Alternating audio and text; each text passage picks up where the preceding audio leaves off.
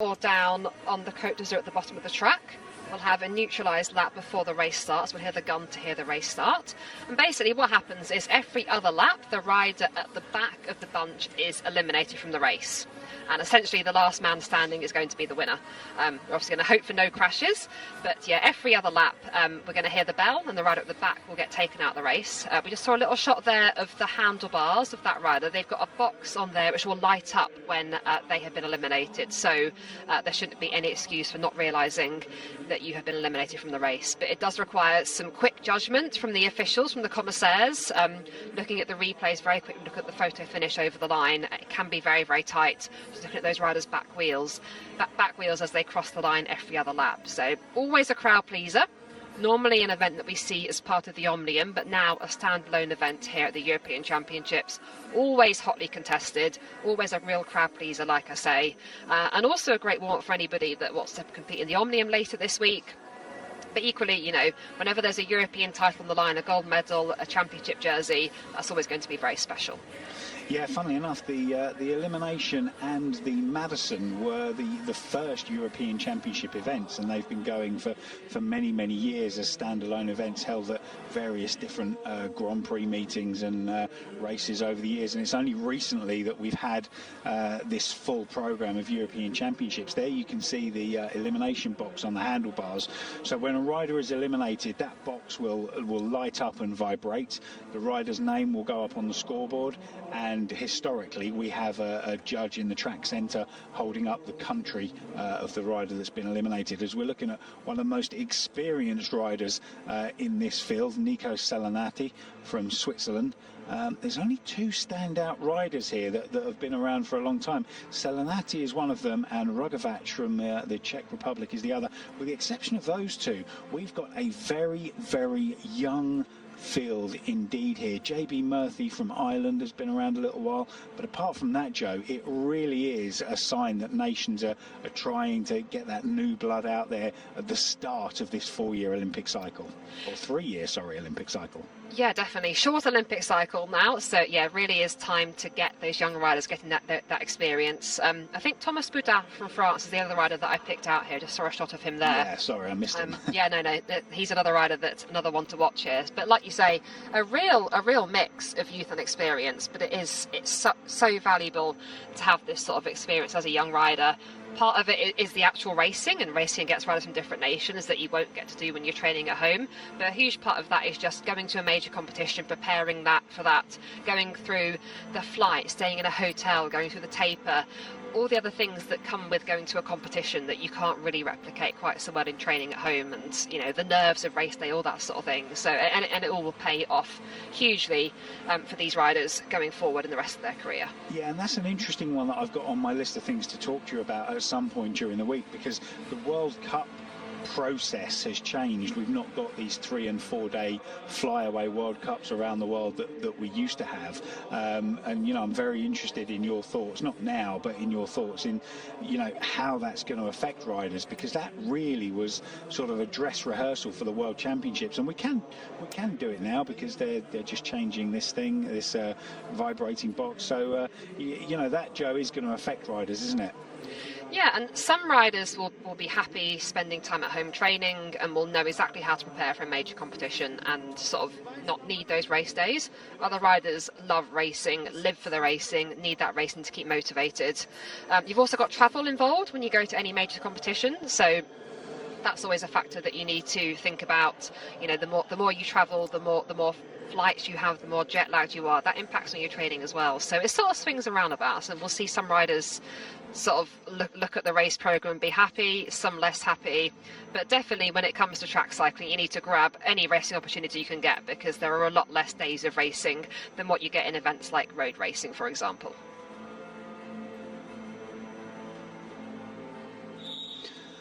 So the men's European Elimination Championships, riders rolling around, and whilst this is a neutralised start, it is the most frantic neutralised lap you will ever see in any sort of track racing.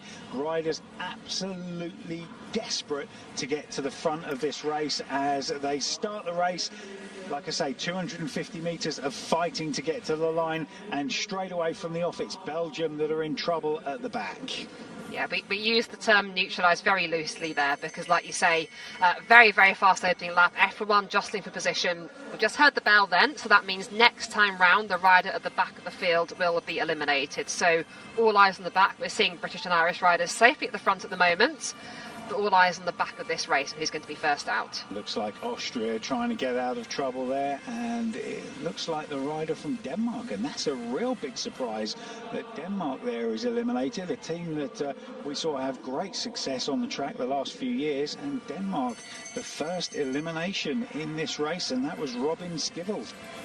Yeah, it's a cruel race, just, you know, momentarily out of position and then that's race over. So huge kudos to the guys who've got themselves to the front early on, keeping them safe early on in this race. Of course, as the race progresses, there's less and less riders, which makes it easier to have a better awareness of what's going on around you and making sure you're not caught out. But early on, it is incredibly hectic with all these riders on the track. And over the line, rider number 80 eliminated that time round, and we've not got graphics to give us the country or the rider, so we'll just scan down and let you know exactly who it is. And sorry, that was Mantas Bitinas from Lithuania eliminated that time round. And it's worth saying, isn't it, Joe? All eyes are on the back in this race. You're not looking at the front. Yeah, and also at the bottom of the track, because if you're higher up the track, you've got somewhere to sprint, whereas if you're stuck at the bottom of the track, you're not allowed to race on the blue band at the bottom. So that's called the Côte d'Azur. That's essentially the safety area of the track. So it is there to ride on, sort of if needs be, but you're not supposed to be racing there. So if you are found racing on the blue area of the track, that is bad. You're not allowed to do that. Yeah, and there's always that tendency, isn't there? If you're high up the track and you've got nowhere to go, but someone's on your outside, you dive up the inside and find yourself putting yourself in basically a dead end with absolutely nowhere to go. Yeah, and that is a really tough position to be in because you're taking the shorter line, but like you say, there's nowhere to go at all, and you can't go on that Côte d'Azur. Whereas right at the top of the track, there is space to sprint if you've got the legs. And we've just seen the Greek rider there, not quite managing to get around that time. This race is being run off at an incredibly fast pace here. Yeah, and it was Oroz from Hungary that was eliminated the time before that. So. The back of the bunch there, you heard the bell. It looks like the Czech Republic in trouble this time around. Ukraine just trying to get themselves off of the back, and Austria, who have managed to keep themselves out of trouble up until now. And he's doing that exact thing, isn't he, Joe? Going up the inside but having nowhere to go. Going to get away with it this time, and it looks like the Czech Republic. And was that Denis Rogovac eliminated? It looks like it was. Yeah, very close on the line. I'm just seeing a little replay. Yes, that is the Russian rider eliminated. Czech Republic, sorry. So the rider from Austria, rider number 3, going up the inside yet again. He's got away with it 3 or 4 times, and the problem is you lure yourself into a false sense of security, and it's Maximilian Schidbauer going up the inside, staying away again. And was it Belarus eliminated that time around? Rider number 17 goes over the line. He knows he's out as well, so very disappointed in himself. And it was actually Bulgaria, Nikolai Genov eliminated. So very quickly, this bunch is really trimming down. Yeah, you very quickly go from a full field to half a field, and then that makes it a lot easier when you're in the race to be aware of what's going on around you. We're just seeing for the first time the Irish rider there stuck at the bottom of the track. I think he'll be okay this time, but that is a danger zone later on. Yeah, and it was Austria that time around. He flirted with danger, little spill there, and the Irish rider manages to stay upright. JB Murphy held that up. ROSTOVTSEV from Israel it was that took a tumble, so he'll have 4 laps to get himself up, and the race has actually been neutralised, so he'll have 4 laps to get himself up, back on his bike, repaired, and back in the race. I have to say, he bounced up very quickly there from that crash. We're just going to see a replay here. Exactly what happened. Yeah, he had a front wheel on his left and a hip on his right, and that was that. Yeah, that wasn't in terms of bad crashes, that wasn't that bad, was it? It was, you know, relatively benign, and he'll have a little bit of skin lost, but he'll be up pretty quickly. Yeah, so good to see him back on his bike. JB Murphy managed to keep both of his feet in the pedals and keep going, so he's okay. And interesting move there from Tina from Israel, goes straight down and sits on the front of the bunch. I like it. Yeah, fantastic move there. And this is one of the few races that gets slower the further through the race that you go, and the race is on once again. So the men's elimination race, it's trimmed down very quickly. We've just had one very small spill there for Tina from Israel, and JB Murphy for Ireland at the back of the bunch at the moment, trying to get himself out of trouble. And he's doing okay at the moment. We thought they had started the race the lap before. They hadn't. They've just started it now. So he's going to get the bell this time round. Eliminations coming around very quickly, every 2 laps, so every 500 metres. So approximately every sort of 28, 30 seconds, you're going to get an elimination. And it's JB Murphy for Ireland trying to get himself out of trouble. Yes, so that was the bell we heard just then. That means next time round the rider at the back is going to be eliminated. Irish rider doing a brilliant job there of going around the outside, and is the British rider going to be in trouble there? Yeah, I think he was there. That time round it was the GB rider, young Will Perrett, who's going to be eliminated. He'd been riding really well early on, got himself to the front of this group. So brilliant riding early on, but obviously after that neutralisation, things changed a little bit, so unfortunately eliminated there for the British rider. Yeah, Italian rider just getting himself in a little bit of bother there, having to use his elbows to get himself out of a hole. Belgium dives up the inside, which isn't something that you want to be doing on a regular basis, because he's put himself in trouble. He's managing to hide and just gets on the Côte d'Azur, but manages to get away with it. Looked like Belarus there, rider number 13, eliminated that time round. So that was Yehani Karoliok from Belarus eliminated. And we've still got the French rider there, Thomas Boudat, very experienced, along with Nico Selenati from Switzerland, still in there near the front as well. So the 2 old war horses managing to stay in there and keep themselves out of trouble at the moment. Back of the bunch, and Ukraine eliminated at that time. Rider number 141, Vladimir Zeus.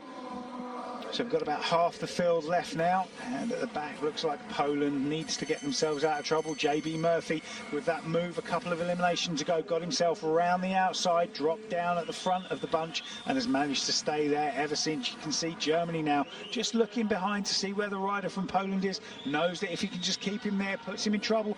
Right, flirting with danger there and almost catching his front wheel on the wheel of rider behind. And I think the Netherlands there with Michael Zeilard might have been eliminated, although the camera is focusing on Poland.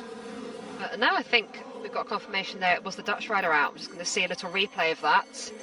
Yeah, Polish rider just makes it. Just sneaks that one.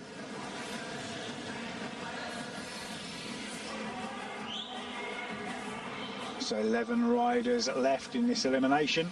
Goes down to 2 riders left on the track.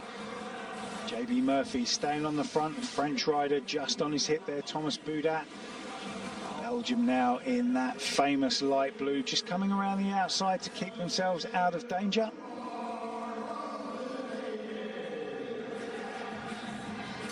Germany still second from the back. The rider from Israel who took the spill, Rotem Tina, just off the back at the moment. So generally the officials will take the riders out from the bunch. They won't look further down the track. So it's Belgium, I think, that time round, who had absolutely nowhere to go and got caught out. Yeah, nowhere to sprint there. Very, very tight positioning, but secured himself 10th place in this race. And that's when you can use the other riders, can't you? If you come around the outside of someone, box someone in, you know they've got nowhere to go, and you can use other riders and the pace of the bunch just to get people into a box and get yourself out of trouble, as JB Murphy's going to have to try and do that very thing. Doesn't choose to go around the outside, sorry, up the inside, and I think he might have just got away with that. I think he might have done, yes. Yeah. Wow, what a ride there. And Moro of Italy out. Yeah, Italian rider's not going to be very happy about that. Stefano Moro takes a relatively early bath. It doesn't really matter in this race, Joe, does it? If you know, for bragging rights, it doesn't matter if you finish 8th, 18th or 7th. It's the medals that's important. Yeah, you're right. It's not part of an omnium or anything. It's just a standalone event. So, yeah, you want to be top 3 for your medals. And always just got a problem here for the Russian rider unclipped. Not entirely sure anyone's going to give him... Oh, they are going to let him clip back in. So maybe there was a small incident that meant he unclipped. He got caught up with somebody else. Let's have a look here. No, just unclipped. good luck getting that back in. Yeah, we don't see this happen very often in track cycling. Of course, the sprint riders have the toe straps on when they race. Endurance riders tend not to. Occasionally it does happen, but it is really hard to get your foot back in. Of course, these are fixed wheel bikes, so you can't freewheel.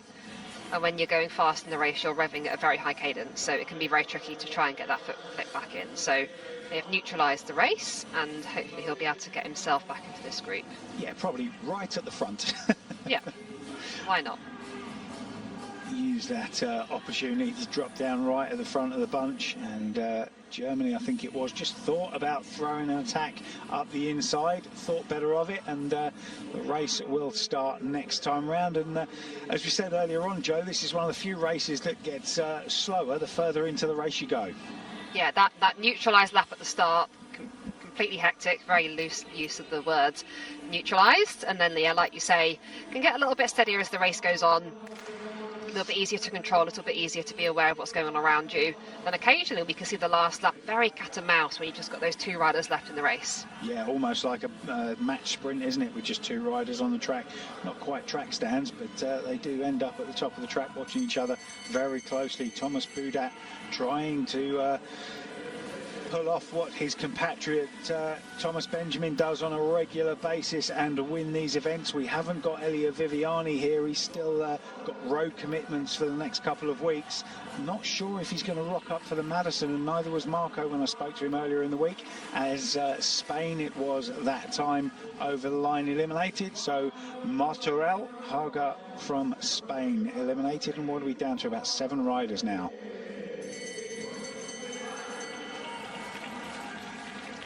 So round the outside goes France, taking Germany with them.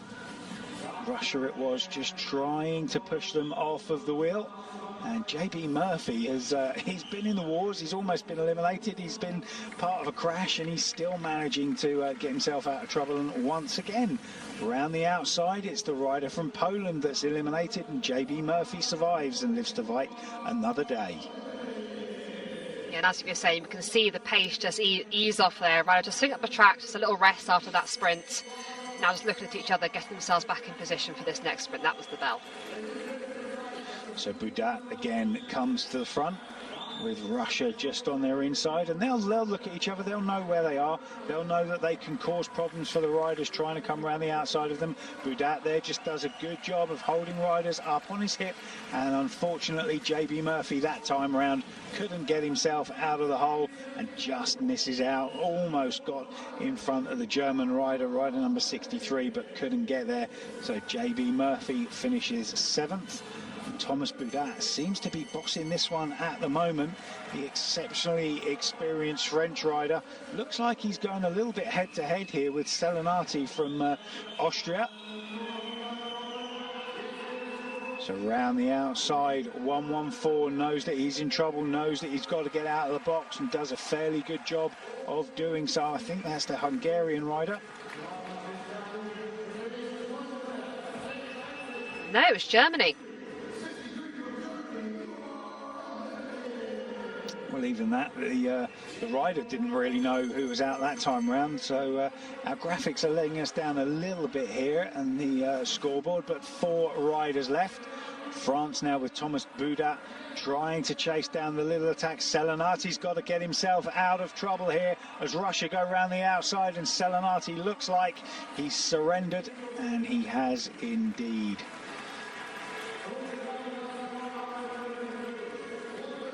So Matias from Portugal, BOUDAT from France, and then the Russian rider in the middle at the moment, BOUDAT leading out. So BOUDAT's got this under control at the moment. ROSTOVTSEV comes up, sits on his hip. They're going to get caught out here if they're not careful, and they do. Thomas BOUDAT there just got caught out. He did. Sure. He was my call for the win at the start. I thought he was I thought he'd got it sorted, but no. So at the front of your picture, it's João Matias from Portugal. At the back with the red shorts is ROSTOVTSEV from Russia. Opens up the sprint, and I think ROSTOVTSEV, yes, he's taken this one. Joao Matias from Portugal surrenders the win, and over the line to take the European elimination title from Russia is ROSTOVTSEV. And a great win for him. He hid for most of that race, Joe, and that is so often the key to winning an elimination race. Yeah, the rider that we're not talking about is probably going to be key here. You know, we're talking about the riders at the back that are playing with fire. You know, a few times, are they going to stay in? Are they not going to stay in?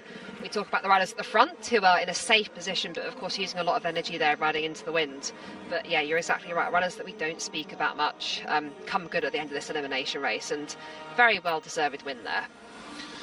So Sergei ROSTOVTSEV from the Russian Federation takes the win in the 2021 UEC elimination race. UEC being the Union of European Cycling, the governing body for these European races. Thomas BOUDAT there and Nico Selinati. BOUDAT from France, a little bit disappointed. Selinati, the local home favourite, doesn't manage to get on the podium. And when I was speaking to Franco Marvuli earlier, former world world champion for the Swiss, he was saying that Selinati was really up for this and looking to get a medal, as ROSTOVTSEV kissing the finish line and really celebrating the win. I think this means a lot to him, Joe. Yeah, that's great to see. It's always brilliant to see riders celebrate like this. Like you said, not got a huge crowd in this velodrome, just seating on the one side down the home straight there that we just saw, but nonetheless still lapping up the atmosphere and really enjoying that moment. So this was the moment that ROSTOVTSEV opened his sprint up with a lap and a half to go, and you can see there that even at this point you could see that his competitor there, rider number 114, Joao Matias from Portugal, didn't really have the legs. He got out of the saddle and tried to hold him off, but that far out he was never going to be able to get on terms. And over the line, ROSTOVTSEV realises that he's uncorked a fairly big result there, going into this new winter of track cycling with the Worlds coming up and the new format for the World Cups that are going to be much shorter than they were before and not the big flyaway events. Don't go away, we've still got the finals of the men's and women's team sprint coming up after this break.